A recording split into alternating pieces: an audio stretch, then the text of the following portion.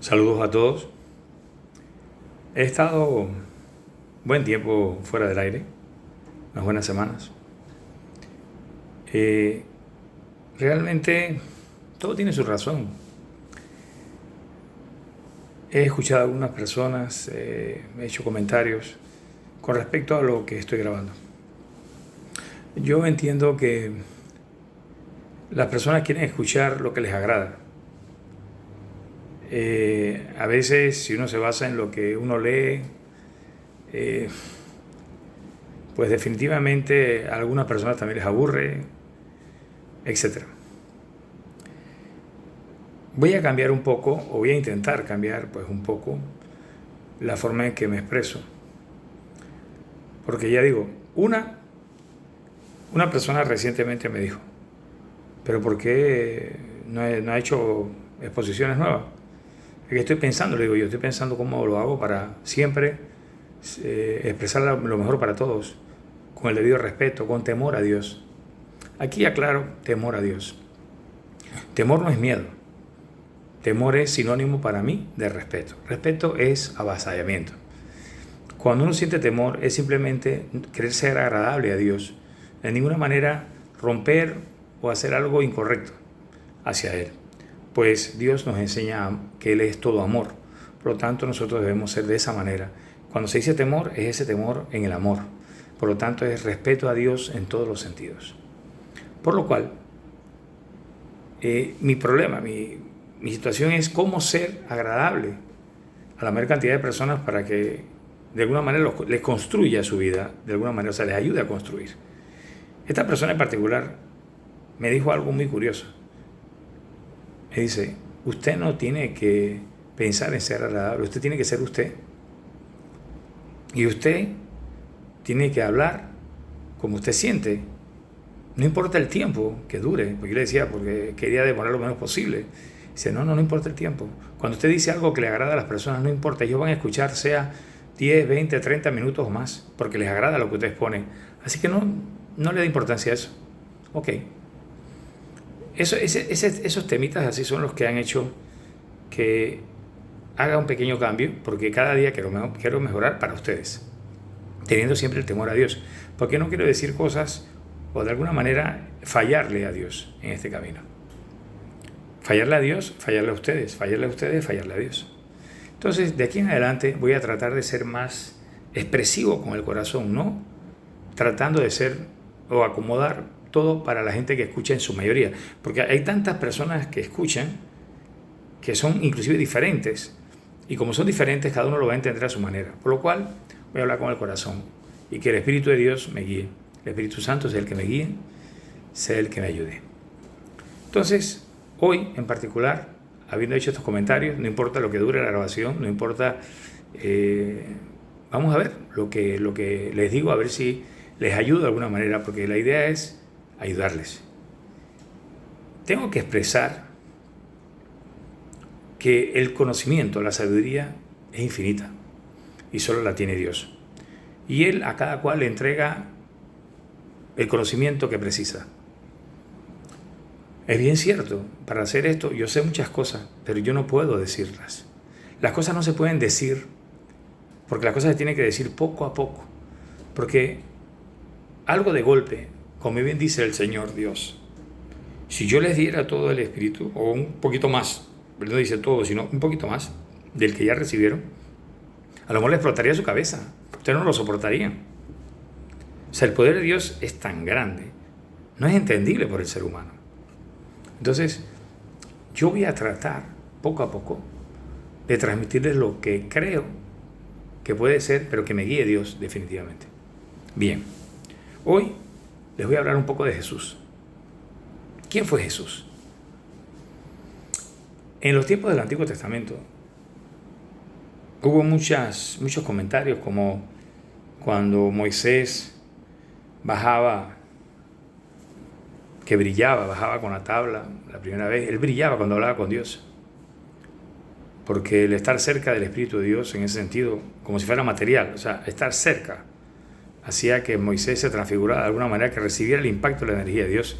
Eso era algo muy fuerte para la gente. a tal punto que los que hablaban con el pueblo ya inclusive eran a través de otras personas, como el hermano de Moisés. En fin, ese era un punto. Pero cuando Jesús también en el monte orando, no, fue cuando Él se transfiguró, que brillaba. Él mostró su gloria a través de eso, porque da a entender el poder de Dios en esa transfiguración. Es bueno que ustedes, sin yo entrar en mayores detalles, lean la Biblia, especialmente el Nuevo Testamento. El Antiguo Testamento es impresionante, pero para los que estén preparados, yo diría, o sea, que deben leer el Nuevo Testamento primero, que yo diría, para que puedan entonces, al leer el Nuevo Testamento, entender un poco el pasado. Ahí está todo esto, el poder de Dios.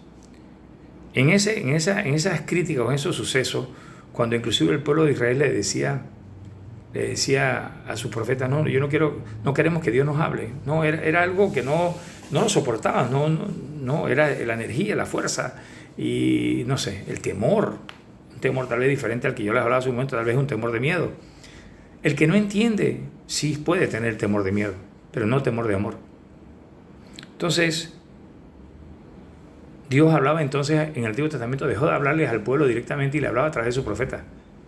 Eso está bien explicado en el Antiguo Testamento de diferentes partes, de sucesos que ocurrieron. Pero una de las cosas que se decía en ese tiempo era que Dios no nos entiende. ¿Cómo Dios nos puede comprender? Dios es Dios. Entonces, Dios toma la decisión que ya la tenía tomada mucho antes de la que... Porque Jesucristo, inclusive cuando David cantaba, él hablaba al Señor, mi Señor. O sea, al Señor y a mi Señor. O sea, él se refería a Jesucristo en la parte de David, del rey David cuando cantaba. Jesucristo siempre ha existido, siempre ha estado allí. Es el amor propio de Dios, porque Dios es amor. Él es, que es el amor, que es el verbo, es Jesucristo. Y Jesús siempre estuvo. Pero entonces viene Dios y dice, bueno, que no los entiendo, que él ya tenía todo eso preparado en la infinita sabiduría de él.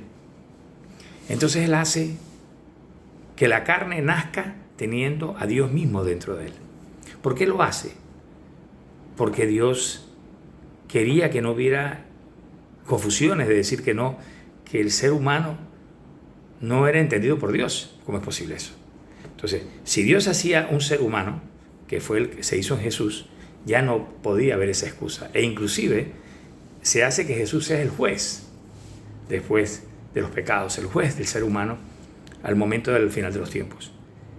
Porque ¿quién mejor para juzgar a un ser humano quien haya sido humano? ¿Qué mejor juez que no Dios, que dice que no es entendido por los seres humanos, porque Dios es Dios y el Espíritu Santo? ¿Quién mejor que Él, convertido en ser humano, habiendo entendido lo que es carne, pueda juzgar en las fallas de la carne al ser humano? Entonces, agarra y nace en un ser humano. ¿Quién fue Jesús? Caray, yo no puedo hoy, en este momento que voy a tratar, no puedo decir todo de Jesús, ni tampoco yo lo sé todo. Lo que sí les puedo decir es lo siguiente. Cuando Dios se hace carne en Jesús, Jesús fue un ser humano cualquiera, como cualquier hombre. Era carne, pero dentro de él tenía el Espíritu Santo en una manifestación más grande que la de cualquier ser humano, porque era Dios mismo. Pero no podía ser Dios en la carne total, porque si fuera Dios en carne total, la carne tampoco resistiría la presencia de Dios dentro de ella. Entonces, entendamos bien esto. Primero, Dios no podía estar totalmente en la carne de Jesucristo, porque la energía de Dios es tan grande e infinita que ninguna carne lo puede soportar. Entonces, Dios en su perfección da un grado de espiritualidad, siendo Dios mismo, en la carne. Cuando Él hace la carne siendo Dios, Él hace que la carne avance desde su nacimiento hacia, en la edad, en el tiempo, avance como carne, pero siempre la pollita del Espíritu dentro, enseñándole, haciéndole comprender las cosas, haciendo ver las cosas. Es como el que dicen que es bueno y el que es malo. Si yo hago algo malo, yo digo, pero acá, a mí me han formado y me están formando diciéndome, estos son los valores. Entonces Jesús tenía un padre, José, demasiado. Porque José era estricto, muy serio e increíble. O sea, el padre que formó a Jesús fue un ser extraordinario. Ojalá todos tuviéramos un padre como José. Yo tenía un padre, pero no era como José. Y cuando he entendido cómo era José, cómo me hubiera gustado tener un padre como José. Y Jesús tuvo, yo diría que tal vez, al mejor padre que pudo haber tenido. Preparado para recibir a un ser humano siendo Dios, sin él ser el padre biológico. Caray. ¿Qué ser humano, como bien está en la historia, él pudo haber repudiado a la Madre María? Porque él no fue el padre biológico. Y sin embargo, no, él entendió. Claro, un ángel le habló, es verdad. Gabriel siempre ahí, Gabriel siempre ahí, sus cositas, haciendo los mandados de Dios como tiene que ser, porque es el arcángel especial de la diplomacia, de los abogados, de la dialéctica. Y Gabriel siempre haciendo su trabajo, tocó en el momento que Dios lo indicó, tanto a la Madre María, cuando se le anunció que iba a concebir, como a José. Y no fue en un solo momento. Nosotros sabemos por la Biblia que se hizo así, pero ellos fueron tocados en diferentes momentos. Igual que Jesús tuvo sus emprendimientos mentales de la sabiduría, como también le llegaron sus conocimientos espirituales de la sabiduría. Realmente Jesús creció, insisto, como cualquier ser humano. Fue creciendo en la sabiduría del ser humano y de Dios. En su preparación, como a los 12 años cuando fue llevado al templo y comenzó a compartir con los sabios de ese momento, entre comillas. Y él, pues, adquirió una cantidad de conocimiento que lo llevó a esa plenitud de los hechos cuando fue asesinado por nosotros. Entonces, todo estaba bien descrito, todo estaba bien claro. Él tenía que pasar por todo eso para que no dijéramos que Dios no nos entendía. Dios mismo se hizo hombre, cargó con nuestros pecados, fue asesinado por nosotros y al mismo tiempo se convierte en juez y es quien nos perdona. Entonces, es el que da la llave para entrar al cielo, que es la dimensión de Dios. Dejemos de pensar el cielo, como algo. Todas las cosas que se hablan es para el entendimiento humano, porque no tenemos el entendimiento adecuado para entender todo esto. Pero si nosotros crecemos en el conocimiento de Dios, cada vez vamos a entender más estas cosas o de mejor manera. Entonces, entendamos Jesús. ¿Quién fue? Desde que Él nació, vivió como todos los demás, siendo un niño que no caminaba, hasta cuando empezó a caminar. Él compartía con otros niños. Él pasaba penurias, él se ponía bravo con otro niño, a él a lo mejor un niño le pegaba, a él le pegaba a otro niño, etc. Pasaba lo mismo que pasa hoy en la crianza de un niño. Él tuvo todo tipo de vivencias que le permitieron conocer realmente a Dios, cómo es un humano, cómo vive un humano, habiéndolo él creado y que Dios lo sabe, pero nosotros los seres humanos no entendemos eso. Pero para que no hubiera, insisto, la excusa, repito nuevamente, que no hubiera la excusa de que no nos entendía, Dios hizo que Dios mismo fuera y viviera como un ser humano total. Así que Jesús en su crecimiento fue un ser humano con errores, virtudes, cosas buenas y hasta cosas malas. Porque yo me imagino claramente que Jesús pasó por muchas cosas. De ahí están los libros apócrifos que hablan de todo, serán verdad o no. No vamos a entrar en detalle ahora mismo de eso. Lo importante, yo sí estoy seguro que Jesús fue un ser humano como cualquier otro y pasó por todas las posibles cosas que le tocaron, porque los seres humanos no todos van a vivir lo mismo, pero Jesús pasó en su época todo lo que vivían en su mayoría todos los niños en ese crecimiento. Y después en el entendimiento de la sabiduría, cuando él empieza a adquirir conocimiento más fuerte, porque primero entra su padre en esto. Yo diría, tienen que ser los dos, tanto la madre como el padre, pero el padre, José, fue el que le infundó una enseñanza impresionante, más que nada en el respeto, en los valores de la vida. José extraordinario, de verdad. Esa formación de Jesús viene realmente de José, en sus principios como ser humano. Después, en la espiritualidad, él conoce de alguna manera, teniendo esas pullitas por dentro que él no entendía todavía, hasta que empieza a entender en su razonamiento, en su crecimiento, empieza a entender y junta la parte humana con la parte espiritual. Y entonces llega a hacer que lo sobrenatural, que es la parte espiritual, sobresalga sobre lo material. Entonces es cuando él realmente llega a ser Jesucristo en su magnitud. A la edad cercana a los 30 años, cuando él ya empieza a hacer todo lo que hace, lo que dice la Biblia, y otras cosas. Entonces él era, sabiendo quién era, actuaba también como ser humano y entendía a la gente. Y entonces por eso inclusive, como cuando estaba aquella vez orando, que estaba tentado, y le decía, pero hombre, pero ustedes no aguantan nada. Y él oraba y los apóstoles no aguantaban y se dormían y esto y otro. O sea, Jesús nadie le podía ponerse al nivel de él, nadie.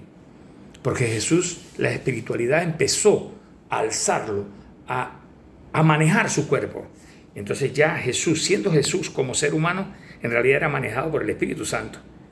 Eso yo sé que es muy difícil que lo entendamos. Pero él hasta su muerte, en ese momento hasta su muerte, ya no era el ser humano completo.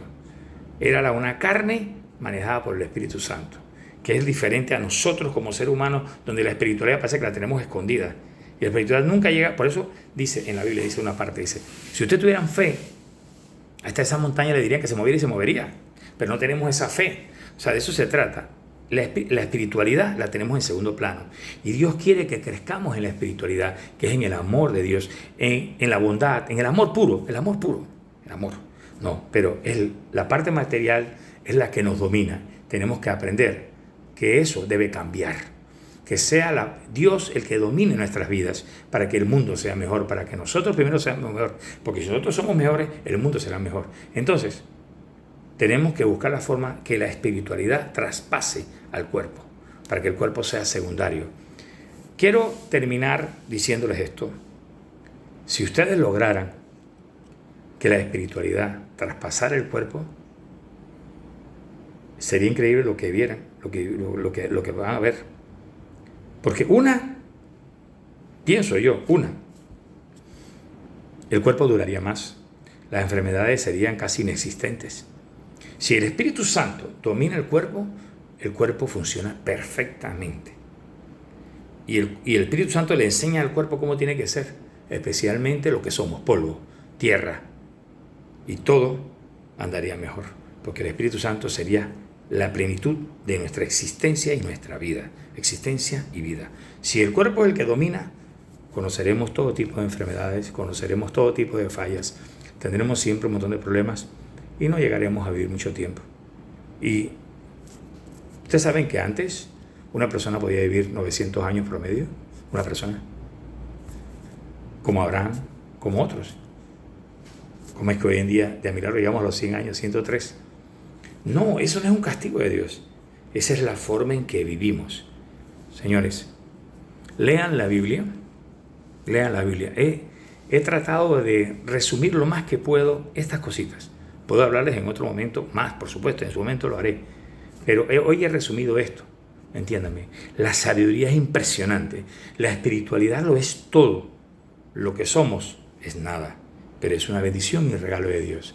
Y con esto termino y me despido con mucho amor para todos.